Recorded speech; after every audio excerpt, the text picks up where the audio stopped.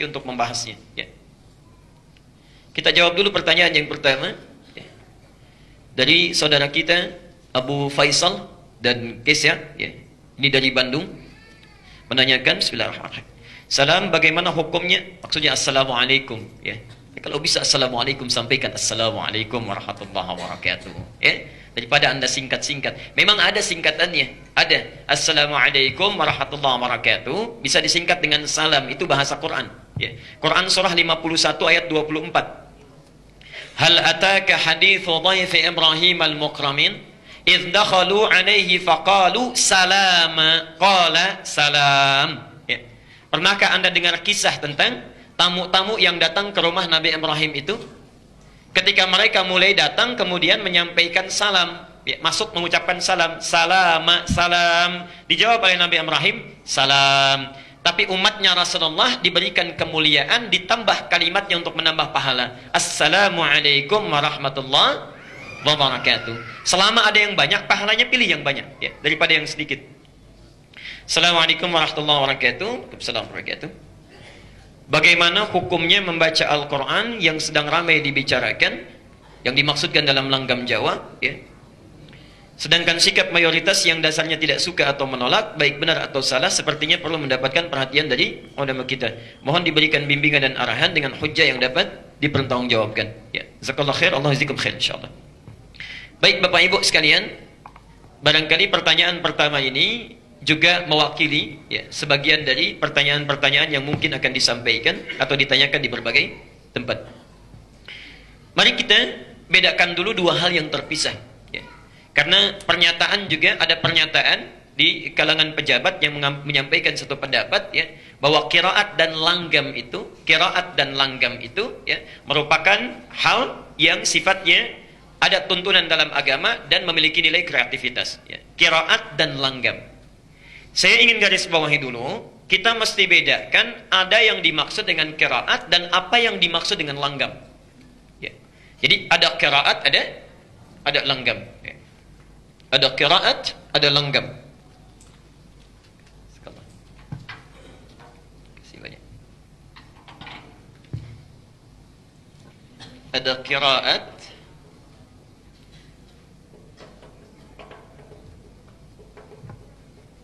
qiraat, ada naghmah dalam bahasa Arab itu ya, langgam, naghmah. Atau nagham dalam bahasa orang kita, nagham atau naghmah, lagu, irama.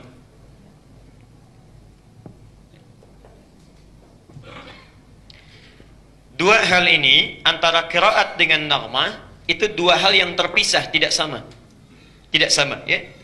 Tolong dibedakan. Satu, apa yang dimaksud dengan qiraat?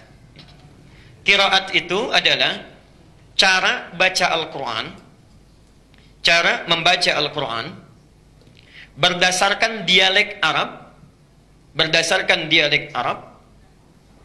yang telah ditetapkan oleh Rasulullah SAW. Ya.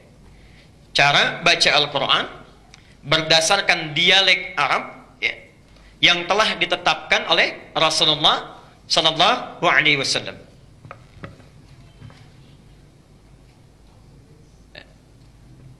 Teruskan sebentar. Bapak Ibu sekalian, saya ingin berikan pengantar sebentar.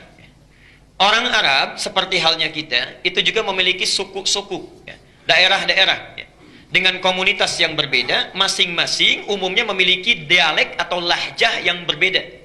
Sebagai ciri khas karakter, lahjah namanya. Lahjah, dialek.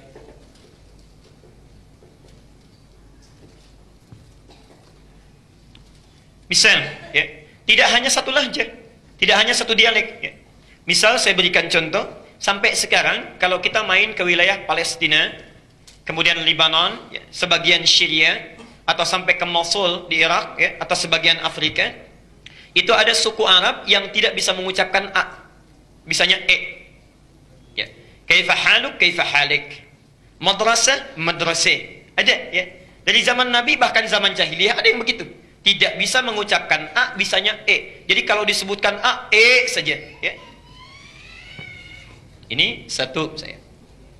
Ada yang tidak bisa hum, bisanya him ya. Atau him mereka sebut hum Bahkan ada yang nggak bisa him, bisanya himu. Ada itu ya. Jadi kalau disebutkan him, alaihim, mereka alaihimu. Ya. Ada yang satu suku nggak bisa alaihim, nggak bisa alaihimu, bisanya alaihum. Jadi kalau bilang alaihim, pasti alaihum. Ya. Bisa. Ada yang tidak bisa menyebutkan sin, bisanya sod. Ya. Jadi kalau misalnya, maaf, disebutkan sin, sirat, mereka baca dengan sod, sirat. Ya. Bahkan ada yang tidak bisa sin, tidak bisa sod, bisanya pakai zai. Ya. Dia baca dengan zai, zirat. Ya. Masya Allah. Jadi macam-macam sukunya. Nah, dari sekian banyak dialek ini, secara umum, dialek orang Arab itu terbagi pada 7 dialek. Secara umum. Dipetakan ini, dihimpun ini sejak masa Nabi, karena itulah kemudian Quran diturunkan dengan 7 dialek ini. 7 cara baca, ya. 7 cara baca. Karena itu kita kenal sampai sekarang istilah qiraah sab'ah. Ya. 7 cara baca Quran, qiraah sab'ah. Ada 7 rawinya, ya. 7 pembaca Qurannya, kemudian setiap rawi memiliki 2 qari, ya, 2 orang pembacanya. Nah, jangan dikira baca Quran itu satu model, tidak. Ya. Cara baca Quran itu nanti ada 7 berdasarkan 7 dialeknya, cara bacanya. Ya. Misal, kita baca wadduha pakai a. Wadduha wal-laili idza saja ma wadda'aka rabbuka wa ma qala. Ya. Itu qiraat Hafs. Yang baca Hafs dari Asim, satu jenis model qiraat. Kalau kita mau baca misalnya dengan suku yang nggak bisa A, bisanya pakai E, maka turun riwayat yang kedua. Disampaikan oleh Hamzah, punya 2 murid namanya Khalaf dan Khallad. Atau bahkan nanti muridnya Imam Nafi' namanya Warash, dia baca pakai E. Wadduhi wal-laili idza saja ma wadda'aka rabbuka wa ma qala walal-akhiratu khairul laka minal ula. Ibu tertawa. Tapi kalau kita bacakan dengan A pada yang komunitas lisannya dengan E, mereka tertawa. Saya pernah bacakan itu, ya, begitu datang mushaf dari Indonesia, kami mengajar saat di Tripoli, ya, saat mengajarkan wadduha, itu cekikikan tertawa. Kok begitu ya katanya bacanya? Karena mereka nggak biasa, ya, Masya Allah. Nah, ayat yang dibaca tetap sama, yarhamukallah. Ya. Ayat yang dibaca tetap sama, maknanya sama, cuma cara bacanya beda. Contoh. Maafkan saya, contoh saja, tidak bermaksud membedakan, tapi untuk menampilkan keunikan. Ada orang Medan di sini. Ya, sepeda, dibilang apa biasanya? Sepeda. Ya. Antara sepeda dengan sepeda, bendanya sama nggak? Sama, cuma lisan cara bacanya mungkin yang berbeda satu sama lain. Ya, pengaruh lingkungan, ya, pengaruh tipologi geografisnya dan sebagainya. Ada di antara mereka, tadi saya sampaikan, nggak bisa baca sin. Bilang sin nggak bisa, bisanya pakai sod, ya. Karena itu baca ihdinas siratal mustaqim itu bahkan ada 3 cara. Pakai sod riwayat Hafs, ihdinas siratal mustaqim, kan? Ada bisa pakai sin riwayat Qalun, ihdinas siratal mustaqim. Bahkan ada yang tidak bisa pakai sin, tidak bisa pakai sod, pakai zai bisanya. Ada riwayat Qunbul, muridnya Ibnu Katsir, ihdinas siratal mustaqim, pakai zai, ya. Jadi ada cara bacanya, semuanya sama cara bacanya, ya. Jadi tidak ada yang keliru, diturunkan berdasarkan dialek orang Arab sehingga memudahkan untuk membacanya. Kita yang di sini pakai riwayat Hafs, ya. Yang ihdinas siratal pakai sad, ya. Kemudian pakai alaihim. Di Libya sana, termasuk Tunisia, itu pakai riwayat Qalun, ya. Yang kalau him menjadi himu, kadang-kadang menjadi hum, ya. Kemudian sodnya menjadi sin. Jelas sampai di sini? Ibnu Katsir yang punya tafsir Ibnu Katsir itu bacanya pakai riwayatnya lain, sinnya pakai zai. Ihdinas siratal mustaqim, pakai zai. Masya Allah, ya. Jadi yang dimaksud dengan qiraat adalah cara baca Al-Quran berdasarkan dialek-dialek Arab ini yang telah ditetapkan oleh Nabi. Karena ada dialek tertentu yang tidak bisa digunakan untuk baca Quran. Jelas sampai sini? Baik. 1. Jadi disebut dengan apa? Qiraat sab'ah. Ini sudah ada rumusnya dari ulama, ilmunya ada dalam ilmu qiraat, bukunya sudah dikarang, bahkan nazamnya sudah ada, Asy-Syatibiyah. Saya berikan contoh bukunya ini, ya.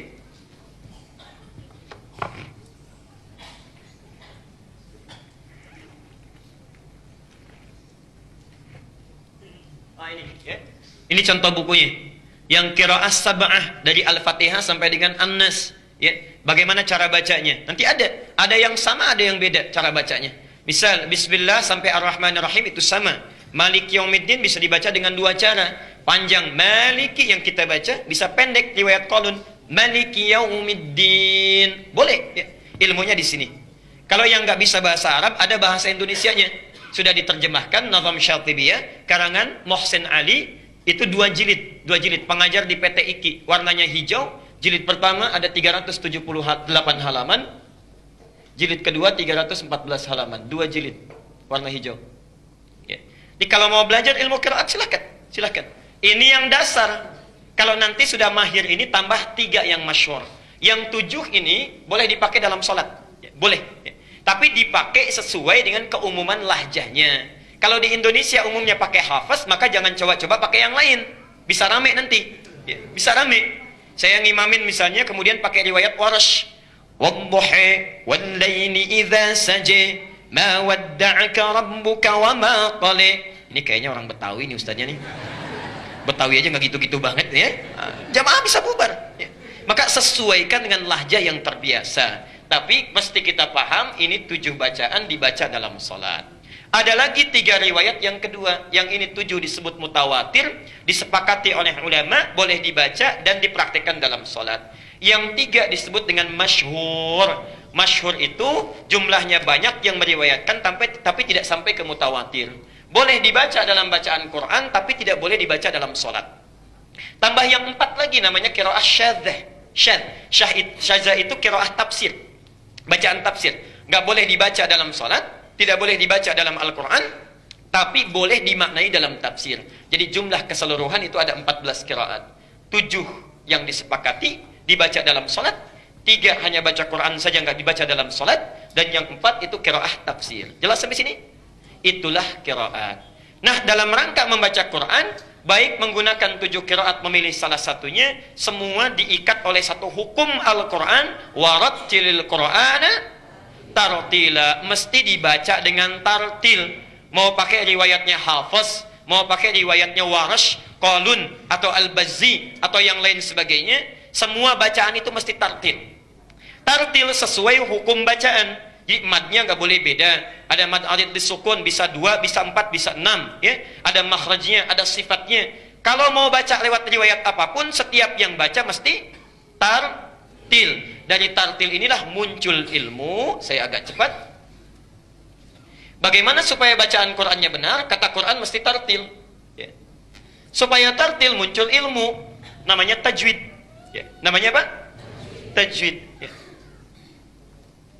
Jadi belajar Quran supaya tartil ini mesti belajar tajwid. Di tajwid itu dijelaskan sifatnya, dari mulai hukumnya, dari mulai hurufnya, makhrajnya, sifatnya dan sebagainya, ya. Kita belajar di sana. Jadi kalau Bapak Ibu mau baca Quran mesti belajar apa dulu? Tajwid dulu, ya. Bismillah. Saya teruskan.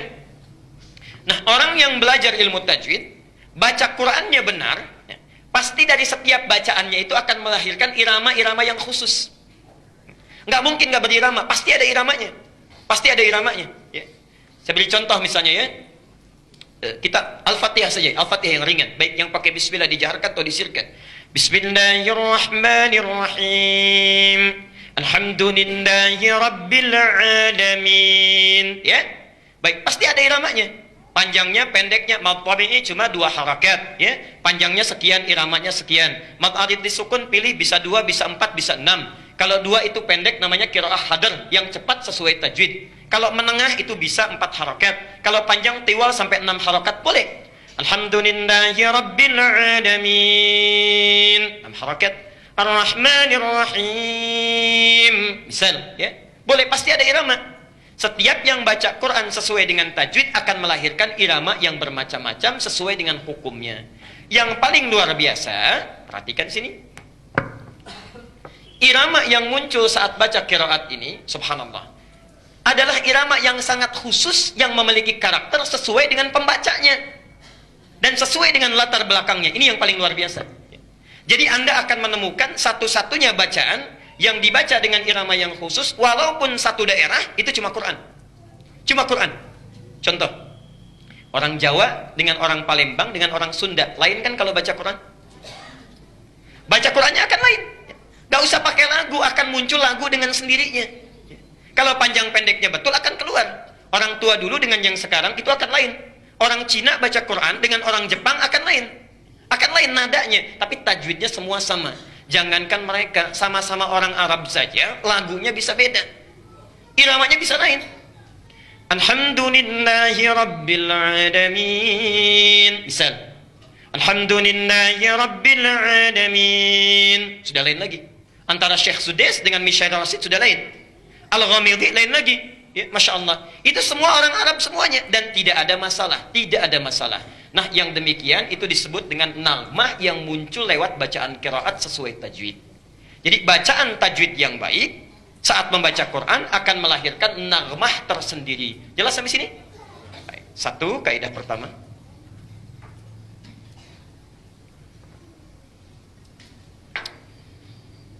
Kaidah kedua, kita teruskan dulu. Bapak Ibu sekalian, kalau kita sudah mengerti dasarnya, bahwa membaca Quran itu tidak ada lagu yang khusus, yang penting sesuai tajwid. Kalau baca sesuai tajwid akan melahirkan irama yang menunjukkan ciri khas pembacanya. Ya. Imam Masjid Al-Ihsan dengan Al-Azhar pasti lain. Ketahuan kalau ngimami, ini pasti Masjid Al-Azhar. Ini pasti imam dari Al-Ihsan, langsung. Karena itulah, dari sejak zaman Rasulullah sampai dengan zaman kini, para ulama membuat aturan. Ya.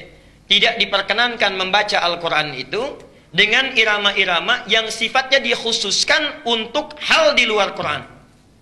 Misal, ada irama syair. Zaman Nabi dulu ya, bukan zaman sekarang. Zaman Nabi dulu. Dari zaman Nabi, itu selain Quran yang turun dari Allah sebagai bimbingan, ya, ada juga di kalangan masyarakat Arab yang terbiasa bernyanyi. Mereka menggunakan syair. Ya. Quran bukan lirik, Quran bukan lagu, bukan untuk dinyanyikan, tapi dibaca dan dipahami. Dan turunnya Quran sekaligus untuk menepis syair. Ya. Yuk kita lihat. Sebelum masa Islam datang, zaman jahiliyah syair sudah ada. Syaratnya syair itu memenuhi 16 rumus. Ada 16 rumus. Dikenal dengan bahr namanya. Bahrun. Setiap rumusnya. Ada yang disebut dengan bahr tawil. Tawilun lahu dunal bukhuri fadailu. Fa'ulun mafa'ulun fa'ulun mafa'ilu.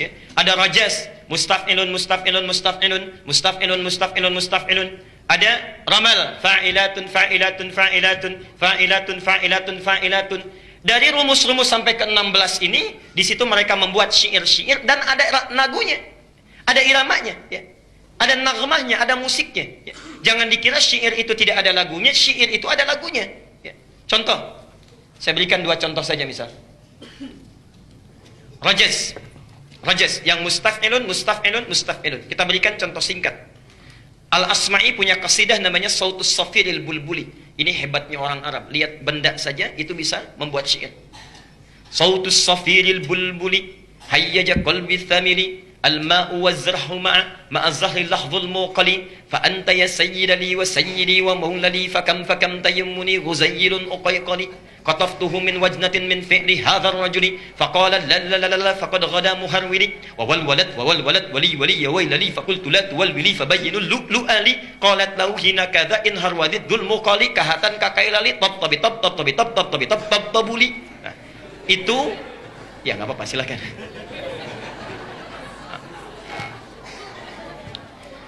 Itu yang mereka karang untuk menyanyikan supaya unta itu biasanya jalannya cepat. Ya. Jadi kalau ingin unta kan kadang-kadang jalannya malas, ya, lambat. Nah supaya unta jalannya cepat, dinyanyikan syair tadi pakai rojas itu.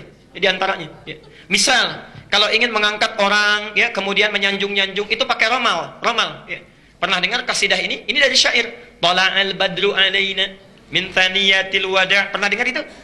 Oke, pernah dengar? Baik. Kan ada ya lagunya ya? Itu dari syair asalnya.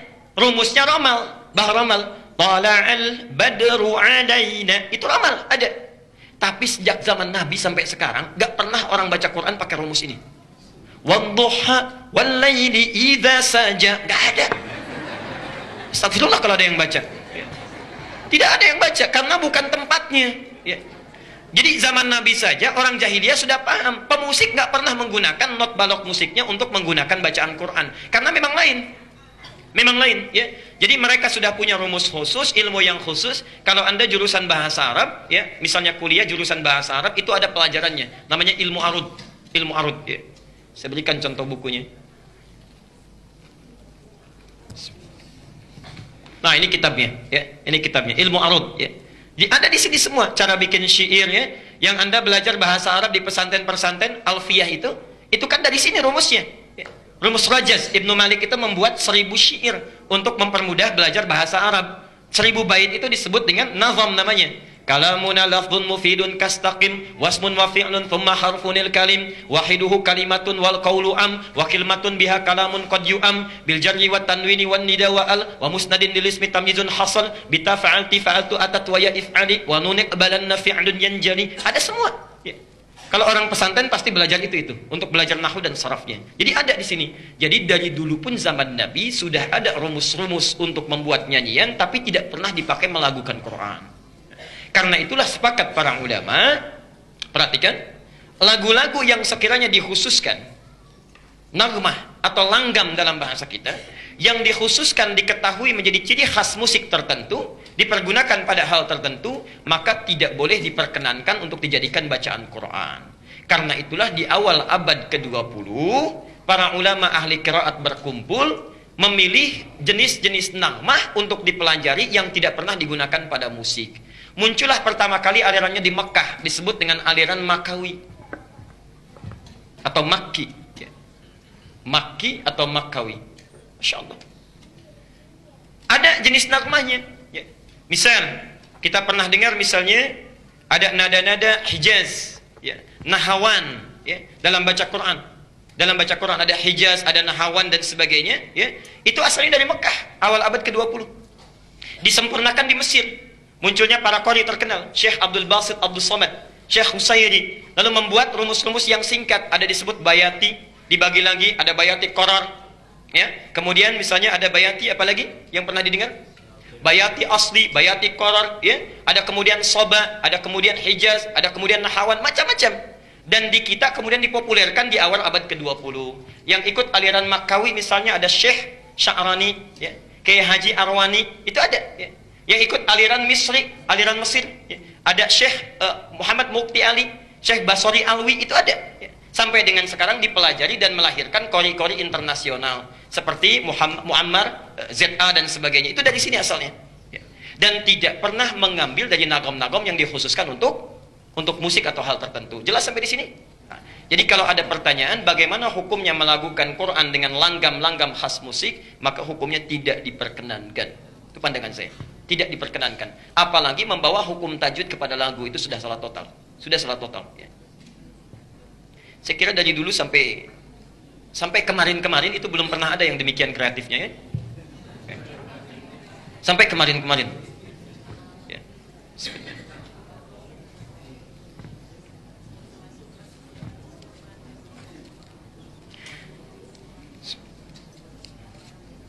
Jadi dari sini kesimpulannya, tidak perlu lagi membacakan Quran dengan nada-nada tertentu, cukup kita baca sesuai tajwid, akan melahirkan nada tersendiri. Jelas sampai sini? Ya. Jadi tidak perlu ada langgam Sunda, langgam Jawa, langgam Sumatera, langgam